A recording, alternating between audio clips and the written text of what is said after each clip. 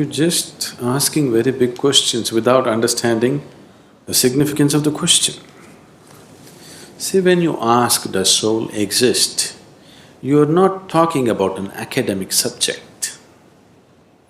You are asking, what is the nature of who I am? Or you are saying, I don't know a damn thing about myself, please tell me. Yes? Isn't it? You are asking this very easily because you have not been touched by the pain of ignorance, the pain of not knowing who you are. It has not torn you apart. If it really touches you that you are just living here, doing all kinds of nonsense without knowing the ABC of who you are, it should be very painful, isn't it? That pain has not yet touched you.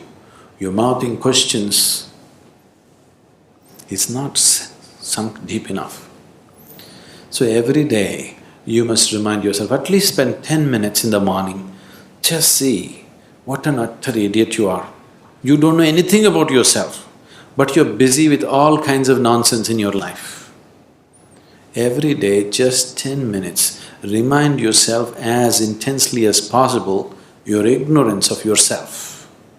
Then slowly the pain will sink. When it becomes so painful that you can't bear it, knowing will not be far away, it's one moment. If I say, yes, you have a soul, what, can you walk better? What use is the soul? Did they put any kind of utility to the soul? These two are useful. That other soul that they're talking about, is it of any use? It's of no use. So don't talk about it. And if I tell you it is there, what does it do to you? If I tell you, no, it doesn't exist, what does it do to you? Nothing, isn't it? Only thing is, the next dinner party that you go, you can entertain people around you talking about the soul. But as far as your existence is concerned, nothing changes, isn't it so? Yes? Nothing at all will change, isn't it? So if you're asking the question, fundamentally you're asking a question, what am I? Who am I? When you are here, are you alive? You're alive.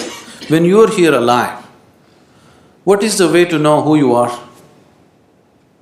Is it not really ridiculous and insane that you must ask me, please tell me who am I?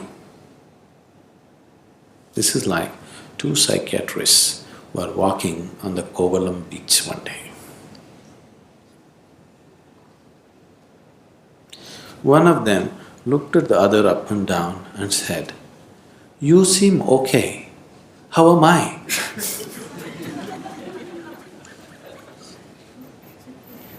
This is just like that, isn't it? You're sitting here, you're alive, you're existing, and you're asking me, who am I, what am I? Is it not ridiculous? Very ridiculous, isn't it? Only thing is, the majority is with you. That's the only comfort which is not allowed you to know the pain of ignorance. You have a huge majority of people around you who are all saying, yes, this is the way to be. Yes? That is the only thing which has given you some comfort. Suppose you are the only man on the planet who does not know who you are, everybody else knows. You know how it would be for you? Yes?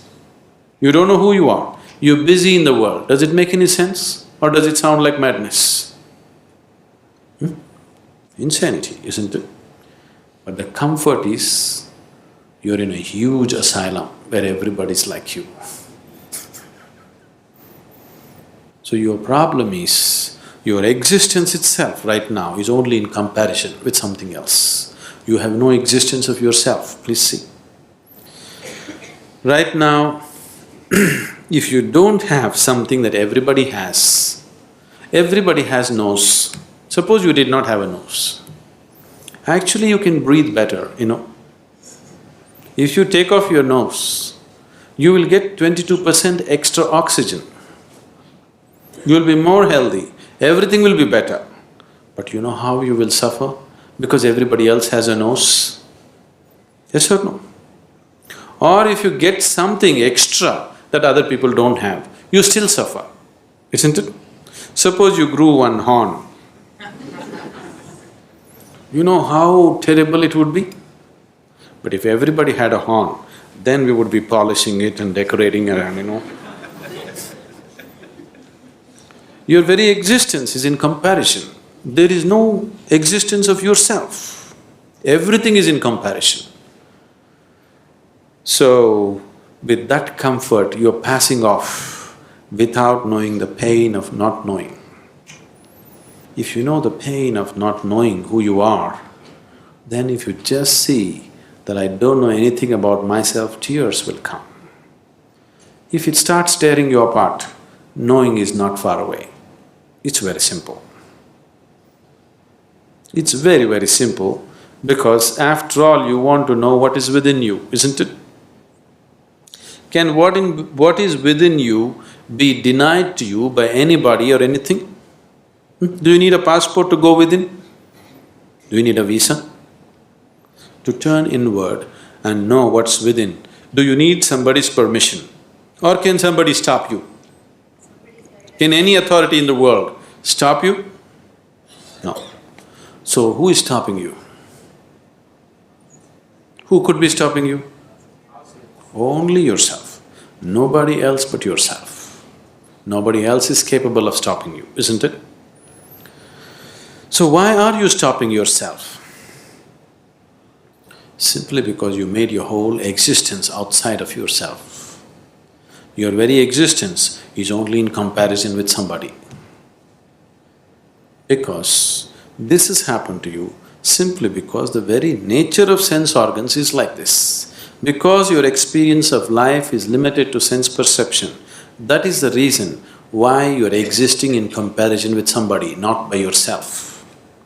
Because sense organs are like this. If I touch this feels cool to me.